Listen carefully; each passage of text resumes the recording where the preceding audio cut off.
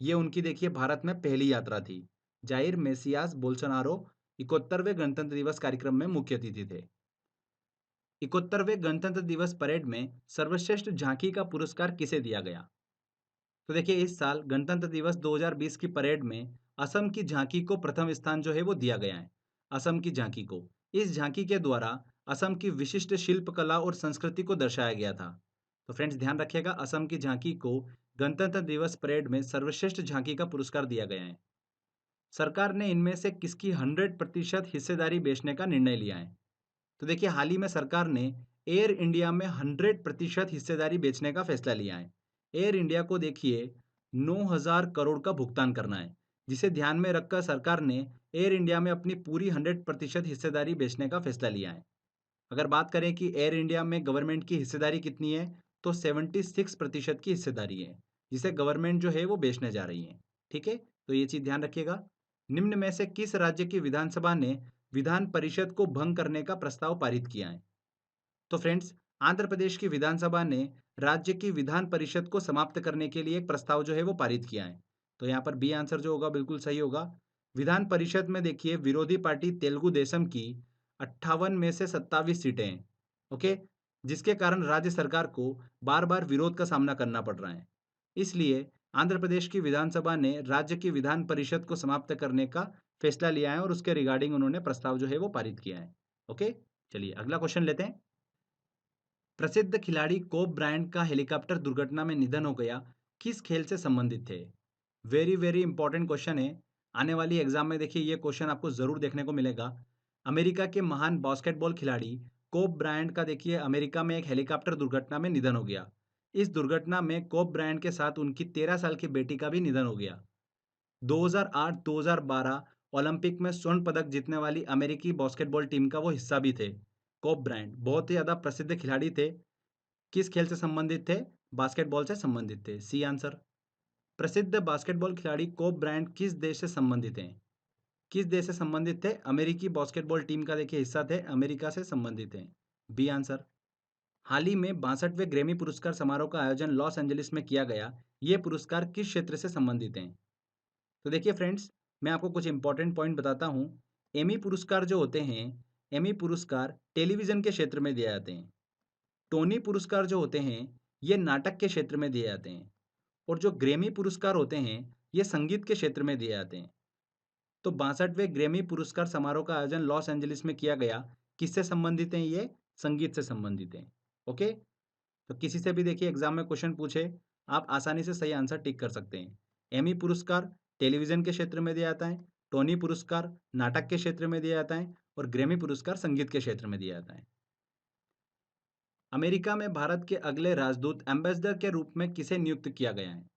तो हाल ही में देखिए अभी तरनजीत सिंह संधू को अमेरिका में भारत का नया राजदूत जो है वो नियुक्त किया गया है। वर्तमान में देखिए तरनजीत सिंह संधू जो है वो श्रीलंका में भारत के राजदूत हैं। ओके, तो ध्यान रखिएगा, अमेरिका में भारत के अगले राजदूत कौन होंगे? तरनजीत सिंह संधू।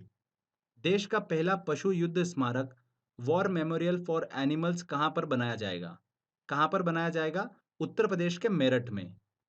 ये स्मारक जो है उन पशुओं को समर्पित है जिन पशुओं ने कारगिल युद्ध में अपना योगदान दिया था और आतंकवाद विरोधी अभियान में मदद की। उन पशुओं को देखिए ये पशु युद्ध स्मारक जो है वो समर्पित है। तो कहाँ पर इसकी स्थापना की जाएगी? उत्तर प्रदेश के मेरठ में। आईसीसी ने वर्ष 2019 के लिए पुरस्कारों की घोषणा हाल ही में की। इस संदर्भ में सही कथन है। ये भी वेरी इंपॉर्टेंट क्वेश्चन है। आईसीसी सर्वश्रेष्ठ वनडे खिलाड़ी रोहित शर्मा को दिया गया, बिल्कुल सही। आईसीसी सर्वश्रेष्ठ टेस्ट खिलाड़ी जो है पैट कमिंस को दिया गया, यह भी बिल्कुल सही है। ICC player of the year जो है वो बेन स्टॉक को दिया गया है। इंग्लैंड के देखिए खिलाड़ी हैं बेन स्टॉक, पैट कमिंस जो है ये ऑस्ट्रेलिया के खिलाड़ी हैं और रोहित शर्मा भारत के खिलाड़ी हैं। ठीक है, तो तीनों पॉइंट जो है वो बिल्कुल सही है। तीनों पॉइंट आप ध्यान रखिएगा। यहाँ पर डी आंसर जो होगा बिल्कुल सही होगा, उपरोक्त सभी। Clear? Very very important question है, सारे पॉइंट ध्यान रखिएगा। आईसीसी सर्वश्रेष्ठ वनडे खिलाड़ी रोहित शर्मा, आईसीसी सर्वश्रेष्ठ टेस्ट खिलाड़ी जो है पैट कमिंस, ऑस्ट्रेलिया के खिलाड़ी हैं ये। और ICC player of the year किसे दिया गया? बेन स्टॉक को दिया गया, जो कि इंग्लैंड के खिलाड़ी हैं। फसल कटाई का त्योहार मकर संक्रांति के संदर्भ में सही कथन है। देखिए मकर संक्रांति जनवरी के मंथ में आती है। तमिलनाडु में देखिए मकर संक्रांति को पोंगल के नाम से जाना जाता है, बिल्कुल सही। बिहार में इसे खिचड़ी के नाम से जाना जाता है। पंजाब हरियाणा में इसे लोहड़ी के नाम से जाना जाता है। तो यहाँ पर देखिए उपरोक्त सभी मतलब डी वाला आंसर जो होगा बिल्कुल सही होगा। क्लियर? तो ये देखिए नाम ध्यान रखिएगा आप। भारत में सेना दिवस आर्मी डे कब मनाया जाता है? तो हर साल देखिए 15 जनवरी को भारत में सेना दिवस जो है वो मनाया जाता है। देश में सैनिकों और उनके बलिदानों के प्रति सम्मान व्यक्त करने के उद्देश्य से 15 जनवरी को सेना दिवस मनाया जाता है। चर्चा में रहा रायसीना डायलॉग के संदर्भ में सही कथन है। देखिए फ्रेंड्स, जनवरी 2020 में इसके 5वें संस्करण का आयोजन नई दिल्ली में किया गया, बिल्कुल सही, ध्यान रखिएगा इसे। रायसीना डायलॉग 2020 की theme navigating the alpha century थी, बिल्कुल सही। इस सम्मेलन में वैश्विक मुद्दे जैसे आतंकवाद, जलवायु परिवर्तन पर चर्चा की गई, बिल्कुल सही। उपरोक्त सभी कथन यहाँ पर सही होंगे, डी आंसर। ये सारे पॉइंट्स आप ध्यान रखिएगा। साथ ही ध्यान रखिएगा कि जो रायसीना डायलॉग है, ये देखिए कब से प्रारंभ हुआ था? 2016 से प्रारंभ हुआ था। ओके। और इस साल देखिए मौजूदा वैश्विक चुनौतियां जो थी उनके बारे में चर्चा की गई हैं, जैसे आतंकवाद, जलवायु परिवर्तन, इन सभी पर इस सम्मेलन में चर्चा की गई। इस बार के देखिए 5वें संस्करण में इसमें 100 देशों के 700 से ज़्यादा अंतर्राष्ट्रीय विशेषज्ञ जो थे वो शामिल हुए थे। तो ध्यान रखिएगा कहाँ पर आयोजन हुआ था इसका? नई दिल्ली में हुआ था। ओके, चलिए अगला क्वेश्चन लेते हैं। हाल ही में रूस के नए प्रधानमंत्री कौन चुने गए हैं? तो व्लादिमीर पुतिन ने देखिए, जो कि वहाँ रूस के राष्ट्रपति हैं, उन्होंने मिखाइल मिशुस्टिन को रूस का नया प्रधानमंत्री जो है वो चुना है। तो यहाँ पर सी आंसर जो होगा बिल्कुल सही होगा।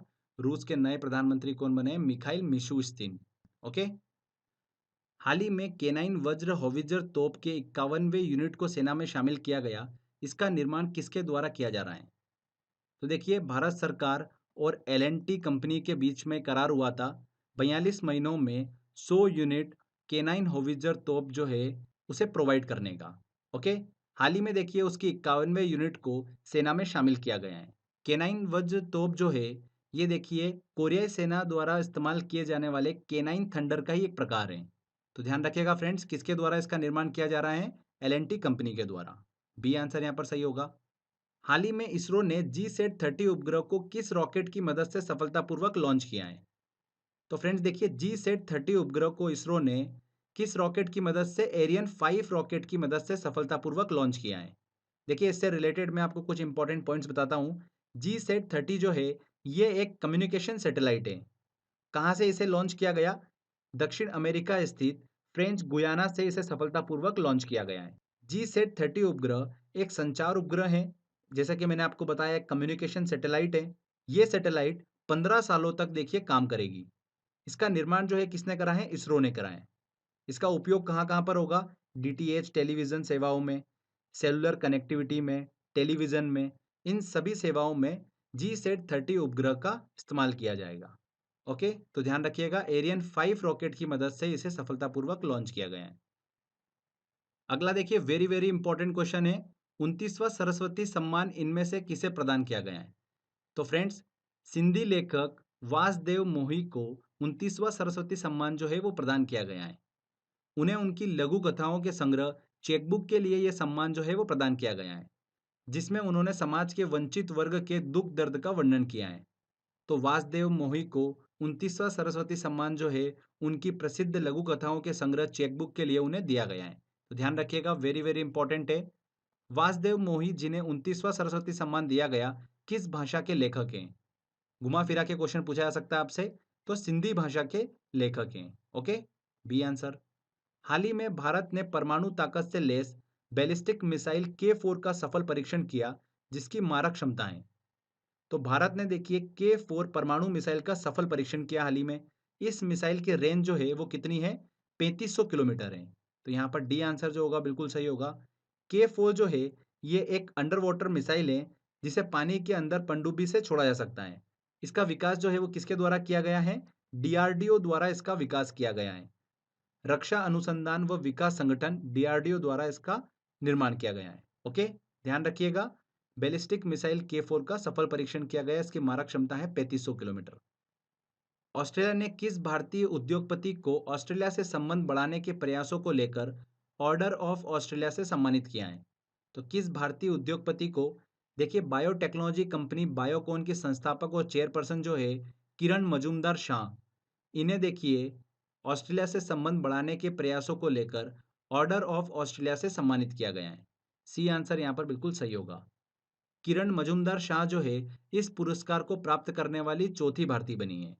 किरण मजूमदार शाह जो है, ध्यान रखिएगा ये चीज, बायोकॉन की संस्थापक हैं। ओके।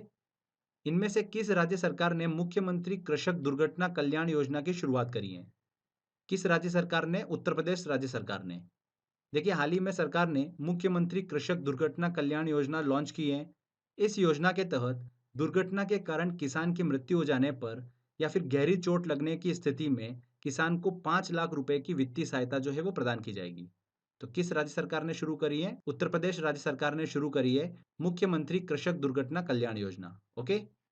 इसरो ने हाल ही में अंतरिक्ष यात्रियों के प्रशिक्षण हेतु मानव अंतरिक्ष उड़ान केंद्र की स्थापना करने की घोषणा कहाँ की है? तो फ्रेंड्स, इसरो ने देखिए इस केंद्र की स्थापना करने की घोषणा कहाँ पर करी है? कर्नाटक के चलकेरे में। ये आंसर यहाँ पर सही होगा। इसरो ने इस केंद्र के विकास के लिए 2700 करोड़ रुपए का प्रस्ताव जो है वो तैयार किया है। भारत जो है वो 2022 में, जैसा कि आप सभी को पता ही है कि गगनयान मिशन जो है वो लॉन्च करने की तैयारी में है। तो उसी को ध्यान में रखते हुए मानव अंतरिक्ष उड़ान केंद्र की स्थापना करने की घोषणा जो है इसरो ने करी है। कहाँ पर? चलकेरे, कर्नाटक में। क्लियर? इसके लिए 2700 करोड़ रुपए का प्रस्ताव जो है उन्होंने तैयार किया है।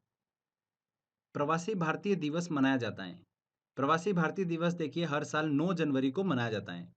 भारत के विदेशों में रहने वाले लोग जो देश के विकास में योगदान देते हैं, उनके सम्मान में यह दिन जो है वो मनाया जाता है, प्रवासी भारतीय दिवस। इसकी शुरुआत कब से हुई थी? 2003 से यह दिवस जो है वो मनाया जा रहा है। एसबीआई के नए प्रबंधक निदेशक एमडी किसे नियुक्त किया गया है? मैनेजिंग डायरेक्टर देखिए एसबीआई के किसे नियुक्त किया गया है? चल्ला श्री निवासुल्लू शेट्टी को एसबीआई के नए प्रबंधक निदेशक एमडी के रूप में नियुक्त किया गया है। यह आंसर यहाँ पर सही होगा। प्रत्येक वर्ष विश्व हिंदी दिवस मनाया जाता है। हर साल देखिए हिंदी भाषा के प्रचार प्रसार के उद्देश्य से 10 जनवरी को विश्व हिंदी दिवस जो है वो मनाया जाता है। B answer. राष्ट्रीय युवा दिवस मनाया जाता है। तो आप सभी को पता ही है 12 जनवरी को स्वामी विवेकानंद की जयंती पर राष्ट्रीय युवा दिवस जो है वो मनाया जाता है। बीसीसीआई भारतीय क्रिकेट कंट्रोल बोर्ड का पॉली उम्रिगर पुरस्कार हाल ही में किसे दिया गया है? तो देखिए बीसीसीआई ने भारत के तेज गेंदबाज जसप्रीत बुमराह को पॉली उम्रिगर पुरस्कार से सम्मानित किया है। जसप्रीत बुमराह को। बी आंसर यहाँ पर सही होगा। 2018-19 सीजन में अंतर्राष्ट्रीय स्तर पर उनके बेहतरीन प्रदर्शन के लिए उन्हें यह पुरस्कार जो है वो दिया गया है। पॉली उम्रिगर पुरस्कार से किसे सम्मानित किया गया? जसप्रीत बुमराह को। केंद्र सरकार द्वारा हाल ही में जारी स्वच्छता सर्वेक्षण रिपोर्ट 2020 में देश का सबसे स्वच्छ शहर है। कौन सा शहर है? देखिए इंदौर। मध्य प्रदेश के इंदौर को लगातार चौथी बार देश का सबसे स्वच्छ शहर जो है वो घोषित किया गया है। सेकंड नंबर पे देखिए कौन है? राजकोट है। चलिए अगला क्वेश्चन लेते हैं। आरबीआई द्वारा जारी ऐप मनी संबंधित है। हाल ही में देखिए आरबीआई ने मनी ऐप को देखिए लॉन्च किया है। इसका फुल फॉर्म क्या है? Mobile aided note identifier application. इससे हमको क्लियर होता है नोट आइडेंटिफायर एप्लीकेशन है। इसकी मदद से दृष्टिहीन लोगों को मुद्रा मतलब नोट पहचानने में आसानी होगी। इस ऐप में मोबाइल का कैमरा नोट को स्कैन करता है और ऑडियो के द्वारा नोट का मूल्य बताता है। तो देखिए फ्रेंड्स, नकली नोटों की पहचान से बिल्कुल गलत, डिजिटल भुगतान से गलत, दृष्टि बाधित लोगों के लिए, विजुअली जो हैंडीकैप्ड हैं उनसे संबंधित हैं, बिल्कुल सही। सी आंसर यहाँ पर सही होगा। जनरल कासिम सुलेमानी की मौत हाल ही के दिनों में चर्चा में रही। वे किस देश की कुद्स फोर्स के प्रमुख थे? तो फ्रेंड्स देखिए, अभी काफ़ी ज़्यादा सुर्खियों में रहा था ये। कासिम सुलेमानी जो थे वो ईरान कुद्स फोर्स के कमांडर थे। यहाँ पर बी आंसर जो होगा बिल्कुल सही होगा। वे ईरान के गुप्त अभियान के प्रमुख भी थे। हाल ही में जनवरी 2020 को अमेरिकी ड्रोन हमले में सुलेमानी की मृत्यु हो गई थी, जिसके चलते देखिए अमेरिका और ईरान के बीच में युद्ध जैसी स्थिति हमको देखने को मिली थी। तो काफ़ी ज़्यादा सुर्खियों में रही थी देखिए जनरल कासिम सुलेमानी की मौत, जो कि ईरान कुद्स फोर्स के प्रमुख थे। क्लियर? 4 जनवरी को निम्न में से कौन सा दिवस मनाया जाता है? 4 जनवरी को देखिए लुई ब्रेल दिवस जो है वो मनाया जाता है। लुई ब्रेल ने ही ब्रेल लिपि का आविष्कार किया था। ब्रेल लिपि नेत्रहीन व्यक्तियों की पढ़ने और लिखने की पद्धति है। इसलिए लुई ब्रेल के जन्म दिवस पर लुई ब्रेल दिवस जो है वो मनाया जाता है। 4 जनवरी को लुई ब्रेल दिवस मनाया जाता है। ऑक्सफोर्ड यूनिवर्सिटी प्रेस ने किस हिंदी शब्द को ऑक्सफोर्ड हिंदी वर्ड ऑफ 2019 चुना है? तो किसे चुना है? देखिए संविधान शब्द को। संविधान शब्द को ऑक्सफोर्ड हिंदी वर्ड ऑफ 2019 जो है वो चुना गया है। इस शब्द का प्रयोग जो है वो सबसे अधिक बार देखने को मिला है, जिस कारण से ऑक्सफोर्ड हिंदी वर्ड ऑफ 2019 जो है वो संविधान को दिया गया है। सुर्खियों में रही बोडो जनजाति का संबंध किस राज्य से है? ये भी वेरी वेरी इंपॉर्टेंट क्वेश्चन है। बोडो जनजाति लोग जो हैं ये भारत के असम राज्य के मूल निवासी हैं। किस राज्य से संबंधित हैं? असम से संबंधित हैं। बोडो जनजाति के लोग जो हैं वो असम की कुल आबादी का 5.5% हैं। हाल ही में भारत सरकार ने ऐतिहासिक बोडो समझौते पर हस्ताक्षर किया है, इसलिए देखिए ये बहुत ज़्यादा सुर्खियों में रहा था। इस समझौते के तहत क्षेत्र के विकास के लिए करीब 1500 करोड़ रुपए जो है वो केंद्र सरकार जो है वो प्रदान करेगी। तो वेरी वेरी इंपॉर्टेंट है, हाल ही में बहुत सुर्खियों में रहा ये। बोडो जनजाति देखिए किस राज्य से संबंधित है? असम से संबंधित है। क्लियर? किस राज्य सरकार ने राज्य के लिए 3 राजधानियों के निर्माण को मंजूरी दी है? देखिए फ्रेंड्स, आंध्र प्रदेश के कैबिनेट ने राज्य के लिए 3 राजधानियां अमरावती, विशाखापत्तनम और कुर्नूल के निर्माण को मंजूरी दे दी है। राज्य सरकार ने राज्य के संतुलित विकास को ध्यान में रखकर यह फैसला लिया है। आंध्र प्रदेश की देखिए विधायी राजधानी जो होगी, लेजिस्लेटिव कैपिटल जो होगा वो कौन सा होगा? अमरावती होगा। कार्यकारी राजधानी जो होगी वो कौन सी होगी? विशाखापत्तनम होगी। जबकि राज्य की न्यायिक राजधानी जो होगी वो कौन सी होगी? कुर्नूल होगी। तो हाल ही में देखिए आंध्र प्रदेश राज्य ने 3 राजधानियों के निर्माण को मंजूरी दी है। सी आंसर यहाँ पर बिल्कुल सही होगा। चलिए अगला क्वेश्चन लेते हैं। हसन दियाब को हाल ही में किस देश का प्रधानमंत्री चुना गया है? तो हसन दियाब को देखिए लेबनान का प्रधानमंत्री जो है हाल ही में चुना गया है। मध्य प्रदेश सरकार के लता मंगेशकर पुरस्कार 2018 के लिए किस भारतीय संगीतकार को चुना गया? तो प्रसिद्ध हिंदी संगीत निर्देशक कुलदीप सिंह को मध्य प्रदेश सरकार के प्रतिष्ठित सम्मान राष्ट्रीय लता मंगेशकर पुरस्कार 2018 के लिए चुना गया है। इस पुरस्कार की स्थापना मध्य प्रदेश सरकार ने 1984 में की थी। कब करी थी? 1984 में। ये पुरस्कार जो है संगीत के क्षेत्र में योगदान देने वाले लोगों को प्रदान किया जाता है। तो लता मंगेशकर पुरस्कार 2018 किसे प्रदान किया गया? कुलदीप सिंह को प्रदान किया गया। हाल ही में बापू नादकर्णी का निधन हो गया, वे किस क्षेत्र से संबंधित थे? तो भारत के देखिए पूर्व क्रिकेटर बापू नादकर्णी का हाल ही में अभी निधन हो गया। उन्होंने इंग्लैंड के विरुद्ध देखिए टेस्ट मैच में लगातार 21 मेडन ओवर जो है वो डालने का कारनामा किया था, इसीलिए उन्हें याद रखा जाता है बापू नादकर्णी को। हाल ही में इनका निधन हो गया, जो कि खेल से संबंधित है। बी आंसर यहाँ पर सही होगा। शंघाई सहयोग संगठन के अजूबों की लिस्ट में किस भारतीय स्मारक को हाल ही में शामिल किया गया है? तो भारत के देखिए स्टेच्यू ऑफ यूनिटी को शंघाई सहयोग संगठन के 8 अजूबों में शामिल किया गया है। स्टेच्यू ऑफ यूनिटी जो है विश्व की सबसे ऊंची प्रतिमा है। इसकी ऊंचाई कितनी है? 182 मीटर। ओके, इसका उद्घाटन कब हुआ था? अक्टूबर 2018 में गुजरात के केवड़िया में इसका उद्घाटन हुआ था। तो स्टेच्यू ऑफ यूनिटी को देखिए शंघाई सहयोग संगठन के अजूबों की सूची में शामिल किया गया है। सीआरपीएफ का नया महानिदेशक इनमें से किसे नियुक्त किया गया है? तो देखिए वरिष्ठ आईपीएस अधिकारी एपी महेश्वरी को सीआरपीएफ का नया महानिदेशक जो है वो नियुक्त किया गया है। सीआरपीएफ का फुल फॉर्म क्या होता है? Central reserve police force. इसकी स्थापना कब हुई थी? 1939 में इसकी स्थापना हुई थी। 1939 में इसकी स्थापना हुई थी सीआरपीएफ की। एपी महेश्वरी को हाल ही में नया महानिदेशक जो है सीआरपीएफ का नियुक्त किया गया है। हाल ही में गृह मंत्री ने कर्म योद्धा ग्रंथ नामक पुस्तक का विमोचन किया। यह पुस्तक किस भारतीय राजनेता के जीवन पर आधारित है? देखिए फ्रेंड्स, ये पुस्तक जो है भारत के वर्तमान प्रधानमंत्री नरेंद्र मोदी के जीवन पर आधारित है। हाल ही में गृह मंत्री ने देखिए इस पुस्तक का विमोचन किया है। तो यहाँ पर सी आंसर सही होगा, नरेंद्र मोदी के जीवन पर आधारित है। विश्व बैंक के अनुसार वित्त वर्ष 2020 में भारत की जीडीपी वृद्धि दर कितनी रहेगी? तो विश्व बैंक ने देखिए हाल ही में 2020 ग्लोबल इकोनॉमिक प्रोस्पेक्ट रिपोर्ट जो है वो जारी करी है। इस रिपोर्ट के अनुसार वित्त वर्ष 2020 के लिए भारत की जीडीपी विकास दर जो है वो 5% रहने का अनुमान लगाया गया है विश्व बैंक के अनुसार। तो यहाँ पर बी आंसर जो होगा वो सही होगा। विश्व बैंक के अनुसार 2021-2022 के लिए भारत की जीडीपी विकास दर जो है वो 5.8% रहने का अनुमान लगाया गया है। 2021-22 के लिए 5.8% और 2020 में 5% जीडीपी वृद्धि दर रहने का अनुमान लगाया गया है विश्व बैंक के द्वारा। हाल ही में भारतीय जनता पार्टी के नए अध्यक्ष चुने गए हैं। तो भारतीय जनता पार्टी का देखिए नया अध्यक्ष जो है वो किसे चुना गया है? जगत प्रकाश नड्डा को, जेपी नड्डा को भारतीय जनता पार्टी का नया अध्यक्ष जो है वो चुना गया है। 11वें अध्यक्ष बने हैं ये भारतीय जनता पार्टी के। 2022 तक इस पद पर रहेंगे। गोल्डन ग्लोब अवार्ड 2020 में बेस्ट मोशन पिक्चर ड्रामा का खिताब किस फिल्म को दिया गया है?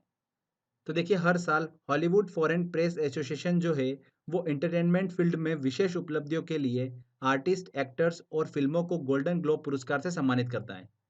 तो देखिए, इस साल गोल्डन ग्लोब अवार्ड 2020 में बेस्ट मोशन पिक्चर ड्रामा का खिताब जो है फिल्म 1970 को दिया गया है। यह फिल्म जो है पहले विश्व युद्ध के 2 ब्रिटिश सैनिकों पर आधारित है। ओके। गगनयान मिशन के लिए भारतीय वायुसेना के कितने व्यक्तियों को रूस में प्रशिक्षण के लिए चुना गया है? तो देखिए फ्रेंड्स, आप सभी को पता ही है गगनयान मिशन। इस मिशन के तहत भारत पहली बार मनुष्य को 2022 में अंतरिक्ष में भेजेगा। हाल ही में मिशन गगनयान के लिए वायुसेना के 4 लोगों को रूस में प्रशिक्षण के लिए चुना गया है। तो यहाँ पर सी आंसर जो होगा बिल्कुल सही होगा। ऑस्ट्रेलिया ओपन 2020 के पुरुष एकल का खिताब किसने जीता है? वेरी वेरी इंपॉर्टेंट क्वेश्चन है। साल भर में देखिए 4 ग्रैंड स्लैम टेनिस टूर्नामेंट होते हैं। उसमें ऑस्ट्रेलिया ओपन जो होता है वो साल में सबसे पहले होता है, जनवरी मंथ में। तो ऑस्ट्रेलिया ओपन 2020 के पुरुष एकल का खिताब किसने जीता है? नोवाक जोकोविच ने जीता है। पिछली बार भी देखिए 2019 में ऑस्ट्रेलिया ओपन के पुरुष एकल का खिताब किसने जीता था? नोवाक जोकोविच ने ही जीता था। तो देखिए, इन्होंने अपना जो टाइटल है वो डिफेंड करा है। साथ ही ध्यान रखिएगा, नोवाक जोकोविच ने 8वीं बार ऑस्ट्रेलिया ओपन के पुरुष एकल का खिताब जीता है और ये उनका 17वां ग्रैंड स्लैम टेनिस टूर्नामेंट है। ठीक है। नेक्स्ट देखिए, ऑस्ट्रेलियन ओपन 2020 के महिला एकल का खिताब किसने जीता है? ये भी इंपॉर्टेंट क्वेश्चन है। सोफिया केनिन ने देखिए महिला एकल का खिताब जीता है। अमेरिका की प्लेयर है सोफिया केनिन। इन्होंने पहली बार ऑस्ट्रेलियन ओपन टेनिस टूर्नामेंट का खिताब जीता है। सी आंसर यहाँ पर बिल्कुल सही होगा। चलिए अगला क्वेश्चन लेते हैं। आगे देखिए फ्रेंड्स, पद्म पुरस्कारों की घोषणा भी जनवरी मंथ में की गई है। इससे रिलेटेड मैंने एक डेडिकेटेड वीडियो बना रखा है। अगर आपने वो वीडियो नहीं देखा है तो डिस्क्रिप्शन बॉक्स में मैंने लिंक दे रखा है। आप वहां से पहले वो वीडियो देख लीजिए, उसके बाद में क्वेश्चन सॉल्व करिएगा। बड़ी आसानी से आप सारे क्वेश्चन सॉल्व कर पाएंगे। क्योंकि ये एक्टिविटी जो है जनवरी मंथ में कंप्लीट हुई है, इसीलिए मैंने इस करंट अफेयर में क्वेश्चन जो है वो इंक्लूड करें। तो जल्दी से हम सारे क्वेश्चन रिवाइज कर लेते हैं। कितने व्यक्तियों को 2020 पद्म भूषण पुरस्कारों से सम्मानित किया गया है? देखिए फ्रेंड्स, इस साल 7 पद्म विभूषण, 16 पद्म भूषण और 118 पद्मश्री पुरस्कार जो है वो प्रदान किए गए हैं। तो यहाँ पर पद्म भूषण पूछे हैं, मतलब 16। यहाँ पर ए आंसर सही होगा।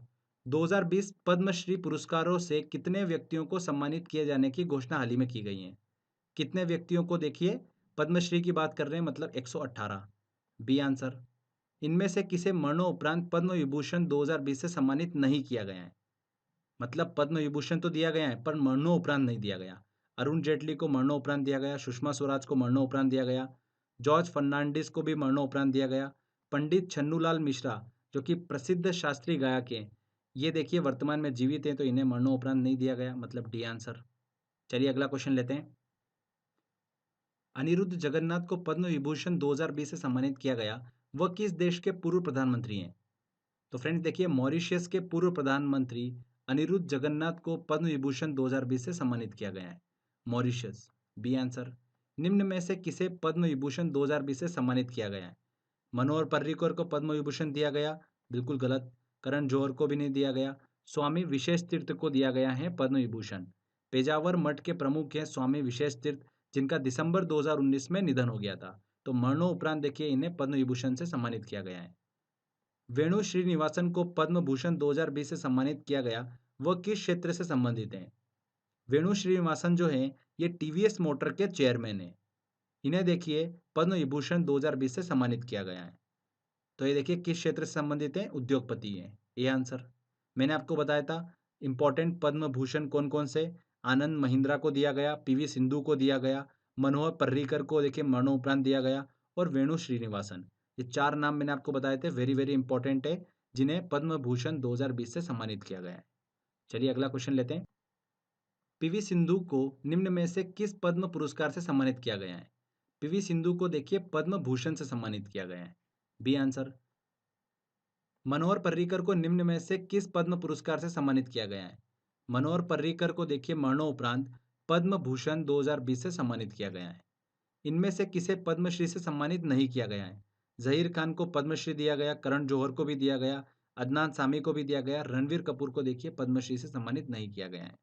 ओके, हमको ध्यान रखना है 3, ज़हीर खान, करण जौहर और अदनान सामी। चलिए अगला क्वेश्चन लेते हैं। अब्दुल जब्बार को मरणोपरांत किस पद्म पुरस्कार से सम्मानित किया गया है? तो देखिए, सामाजिक कार्यकर्ता अब्दुल जब्बार को मरणोपरांत पद्मश्री 2020 से सम्मानित किए जाने की घोषणा करी है। C answer. 2020 भारत रत्न कितने व्यक्तियों को प्रदान किया जाएगा? 2020 में देखिए भारत रत्न दिए जाने की घोषणा जो है वो नहीं की गई है, तो किसी भी व्यक्ति को प्रदान नहीं किया जाएगा। डी आंसर यहाँ पर 0। जीतू राय को पद्मश्री 2020 से सम्मानित किया गया, वे किस क्षेत्र से संबंधित हैं? तो देखिए, प्रसिद्ध निशानेबाज हैं, एक नेपाली मूल के शूटर हैं जो कि भारत की तरफ से खेलते हैं। जीतू राय, पद्मश्री दिया गया, खेल के क्षेत्र से संबंधित हैं। बी आंसर यहाँ पर सही होगा, ध्यान रखिएगा, प्रसिद्ध निशानेबाज हैं। हाल ही में रानी रामपाल को किस पद्म पुरस्कार से सम्मानित किया गया है? रानी रामपाल देखिए महिला हॉकी टीम की देखिए कप्तान है ये, इन्हें पद्मश्री से सम्मानित किया गया है। निम्न में से कौन सा कथन असत्य है? आनंद महिंद्रा को देखिए पद्म भूषण दिया गया, बिल्कुल सही। पंडित छन्नूलाल मिश्रा को पद्म विभूषण दिया गया, बिल्कुल सही। कंगना रनौत को देखिए पद्मश्री 2020 से सम्मानित किया गया, बिल्कुल सही। मनोहर पर्रिकर को पद्म विभूषण दिया गया। यहाँ पर देखिए मनोहर पर्रिकर को पद्म भूषण दिया गया है, ना कि पद्म विभूषण दिया गया। तो डी कथन जो होगा वो असत्य होगा। क्लियर? तो फ्रेंड्स देखिए यहाँ पर हमारे जनवरी मंथ के सभी इंपॉर्टेंट करंट अफेयर जो है वो कंप्लीट होते हैं। आई होप आपने वीडियो को ध्यान से देखा होगा। अगर आपको इस करंट अफेयर का पीडीएफ डाउनलोड करना है तो क्रेजी जीके ट्रिक का एप्लीकेशन डाउनलोड कर लीजिए, हमने वहाँ पर ऑप्शन दे रखा है, वहाँ से डाउनलोड कर सकते हैं। तो फ्रेंड्स आई होप आपको ये वीडियो काफ़ी पसंद आया होगा। अगर अच्छा लगा है तो प्लीज़ वीडियो को लाइक करिए, शेयर करिए और कमेंट करके ज़रूर बताइएगा कि वीडियो कैसा लगा। अगर आपने अभी तक चैनल को सब्सक्राइब नहीं करा है तो सब्सक्राइब भी कर लीजिए, क्योंकि इस तरीके के बेनिफिशियल वीडियो जब भी मैं अपलोड करूँगा आपको उसका बेनिफिट मिलता रहेगा। तो फ्रेंड्स मिलते हैं अगले वीडियो में। जय हिंद, जय भारत।